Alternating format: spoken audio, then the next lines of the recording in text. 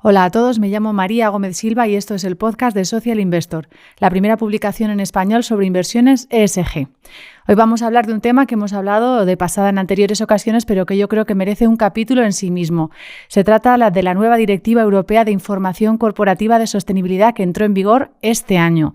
Se trata de una norma que obliga a 50.000 empresas europeas a informar de sostenibilidad y que les dice cómo tienen que hacerlo. Es decir, una herramienta muy útil para los inversores y para los gestores de fondos para que puedan comparar datos y saber si de verdad están invirtiendo en una empresa sostenible. ¿Y quién mejor para hablar de ello que una de las empresas afectadas por la nueva normativa? Hablamos de Naturgy y para hablar de ello tenemos con nosotros a Nuria Rodríguez. Hola, Nuria. Hola, María, ¿qué tal?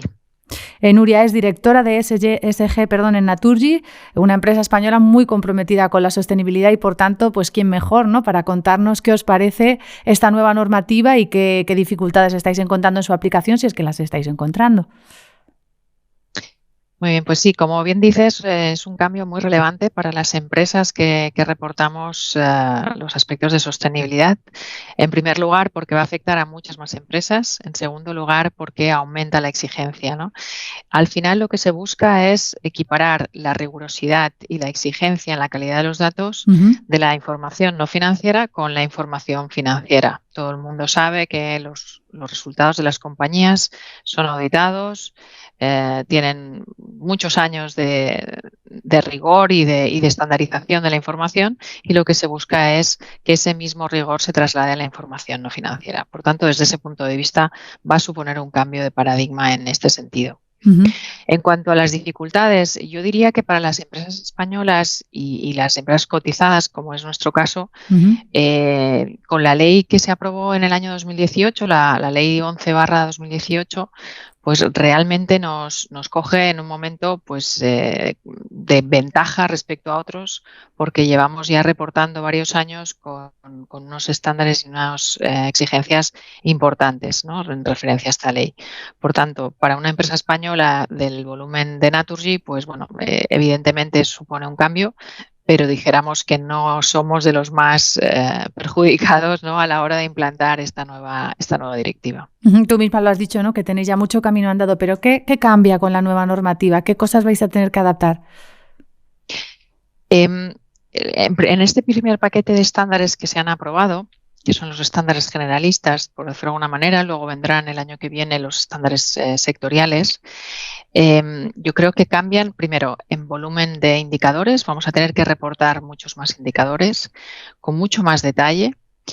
Va a aumentar también la exigencia en cuanto a la revisión por parte de un tercero independiente, de manera que tengamos que asegurar la razonabilidad de la información equiparable a la información financiera. Y en determinados temas, como sería la cadena de suministro, es decir, toda la información referente a nuestros proveedores, yo diría que representa el cambio y el reto más significativo de este paquete de estándares, puesto que vamos a tener que reportar mucha más información de toda la cadena de suministro. Y, por supuesto, otro tema muy relevante va a ser el ligar la información no financiera con la financiera. Y me explico. A través de la doble materialidad, lo que se conoce como doble materialidad, es decir, aquellas acciones que la compañía hace y que repercuten en el entorno, y al revés, como el entorno repercute en la compañía, vamos a tener que explicar pues cuáles son las implicaciones, las dependencias, los impactos de la compañía en el exterior y el exterior en la compañía. Por tanto, mediante la doble materialidad vamos a unir muchísimo más la información financiera con la no financiera. Yo diría que estos 3 puntos son los más relevantes. Lo has mencionado, ¿no? Uno, la divulgación, ¿no?, de la cadena de valor, de cómo impactan la sostenibilidad. En vuestro caso, teniendo en Naturgy, ¿no?, proveedores de gas, que por ejemplo Rusia, ¿qué os supone eso a vosotros a este nivel? A ver, para nosotros llevamos ya muchos años trabajando con la cadena de suministro en términos de ESG. Hace ya varios años implementamos la realización de auditorías en cuanto a monitorización de los temas ASG en los proveedores con mayor riesgo de cambio climático, ¿no? Por ejemplo. Eso supone pues, que disponemos de mucha información de manera recurrente de nuestros proveedores.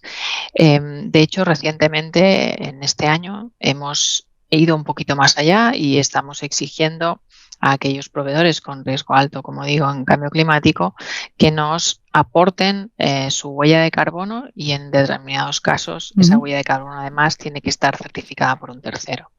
Por tanto, durante estos años evidentemente hemos hecho los deberes, pero tendremos que aumentar esa exigencia también no solo a los Tiers 1, sino también a las empresas que trabajan con nuestros proveedores directos, porque de estos yo creo que será el mayor reto para obtener la información. ¿Y cómo se refleja eso, por ejemplo, en un informe? Lo que comentábamos, ¿no?, del caso de Rusia, de un proveedor ruso que está en una situación tan complicada, ¿no?, a nivel geopolítico, con una guerra. ¿Eso cómo se refleja? ¿Qué impacto tiene en vuestros ratings? Si lo tiene, ¿cómo lo percibís desde vuestra propia compañía? A ver, en nuestro informe de sostenibilidad anual nosotros hacemos un detalle, un desglose de las compras que realizamos de gas a todos los países y evidentemente ahí seguimos las restricciones o no que se impongan desde el punto de vista nacional, a nivel español y a nivel europeo. En tanto en cuanto no haya sanciones o no se restrinja o no se decida paralizar las compras de gas a un país como Rusia, pues evidentemente la compañía tiene que asegurar el suministro del gas a nuestro país y por tanto, pues siendo además un país que no es el primer país que suministra gas a esta compañía, pues evidentemente tendremos que, en la medida en que sea necesario, seguir suministrándonos de Rusia hasta que la Unión Europea o España no tomen una decisión de restringir esas compras a este país. Pero yo me pregunto, si, por ejemplo, las empresas que os hacen el rating, ¿no?, me imagino que mirarán el tema del cumplimiento de los derechos humanos, etcétera. En este caso, es evidente que Naturgy cumple los derechos humanos, ¿no? Pero bueno, como hablábamos de que esa divulgación se extiende también a los proveedores, ¿no? Esta es mi pregunta. A ver, en derechos humanos nosotros hacemos todo un desglose de la evaluación que hacemos en derechos humanos, ¿vale? Y hasta la fecha nosotros cumplimos con todas las preceptivas normativas que se realizan. En cuanto a la cadena de suministro, lo mismo. Evidentemente, cuando se ponga en marcha la nueva directiva que aplicará el reporting del año 2024 y a la directiva que también se está tramitando de diligencia debida en cuanto a derechos humanos y medio ambiente, pues también aplicaremos todo lo que venga de esas nuevas normativas. Y, por supuesto, estaremos atentos a lo que marque la Unión Europea en cuanto a ese tipo de operaciones con países como Rusia, porque, como digo, el principal objetivo por el cual no se están aplicando sanciones todavía o no se está restringiendo ese suministro es precisamente garantizar que siga llegando gas suficiente para cubrir el consumo de los ciudadanos y de las empresas españolas. También lo has mencionado tú al principio, la doble materialidad, cómo impacta, ¿no?, en una empresa. No solamente se trata de saber cómo de sostenible es su actividad, sino qué impactos puede tener, ¿no?, por ejemplo, el cambio climático en las cuentas de esa compañía. ¿Vosotros ya hacéis ese tipo de reporting, que es una de las cosas que incluye la directiva, y qué conclusiones tenéis en ese sentido? Sí, en nuestro informe de nuevo, ¿no?, desglosamos todo el capítulo de cambio climático de manera exhaustiva, tanto en lo que es el inventario de gases de efecto invernadero por negocios, por países, nuestra senda de reducción de esas emisiones y la evaluación de los riesgos climáticos. Eso es, los riesgos climáticos. En la evaluación de los riesgos climáticos desglosamos tanto los impactos de los riesgos físicos como los de transición y, de hecho, no solo en el informe de sostenibilidad, sino también en la memoria financiera de cuentas anuales también se hace mención a esos impactos.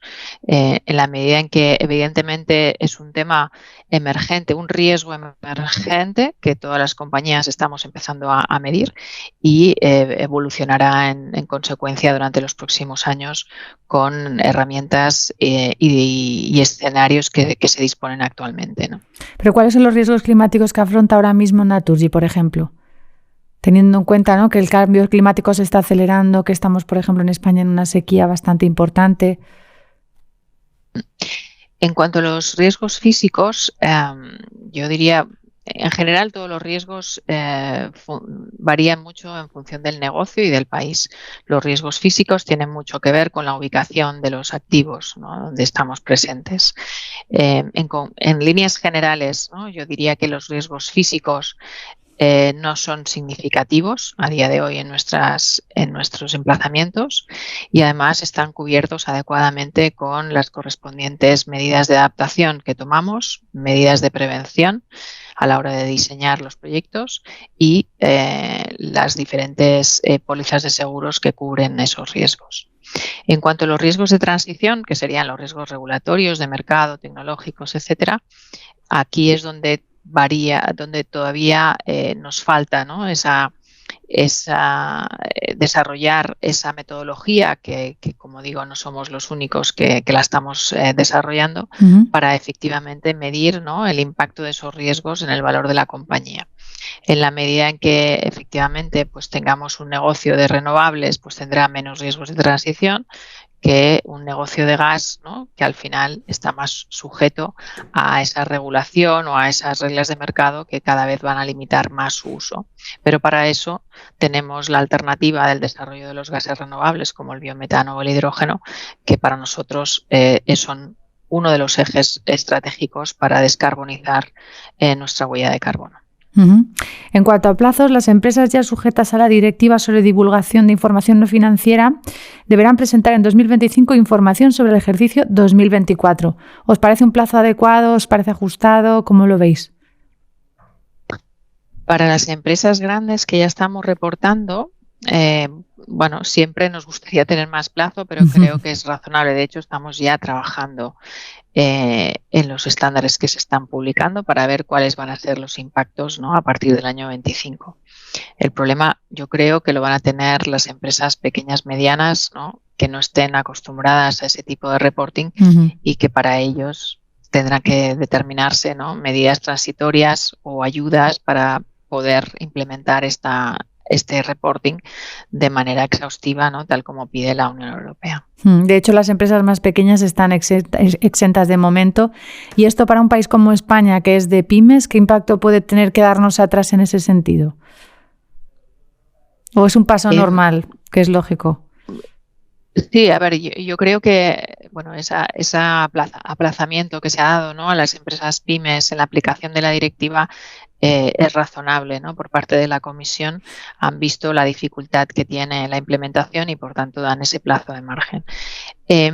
Yo creo que España, como digo, es un país donde ha hecho los deberes durante estos años y creo que también aquí las empresas grandes como Naturgy tenemos la responsabilidad de acompañar a nuestra cadena de suministro que cumple esas condiciones, ¿no?, de pequeña, mediana empresa, a ir avanzando en estos temas de sostenibilidad, y para eso nosotros empezamos hace ya unos años a evaluarles, ¿no?, en temas de sostenibilidad para que vayan conociendo cuál es su grado de desempeño en esta materia, para que sigan nuestras políticas y nuestros compromisos en sostenibilidad. Al final, ellos son nuestras manos muchas veces, ¿no?, en la calle de las operaciones que hacemos y, por tanto, exigimos las mismas políticas que nos aplicamos a nosotros, las exigimos a nuestra cadena de suministro para garantizar la calidad de las operaciones, ¿no? Por tanto, yo creo que en ese sentido les estamos acompañando a hacer esta evolución, ¿no?, a un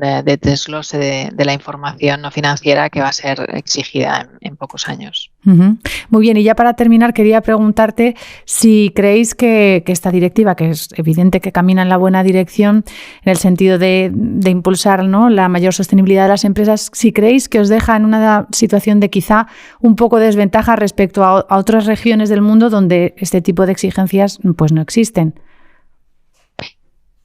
Yo creo que es cuestión de tiempo que las exigencias se reproduzcan en otras geografías. De hecho, por ejemplo, ¿no?, por poner un ejemplo, Estados Unidos, ¿no?, a través de la SEC, ¿no?, el organismo regulador de la bolsa americana, pues está exigiendo, ¿no?, sacó el año pasado también un borrador de información sobre riesgos climáticos a reportar por parte de las empresas, igual que otro tipo de información de sostenibilidad.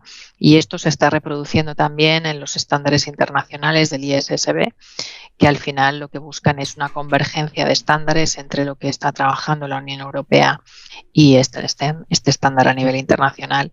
Y por tanto creo que es cuestión de tiempo que todos los países se vayan incorporando.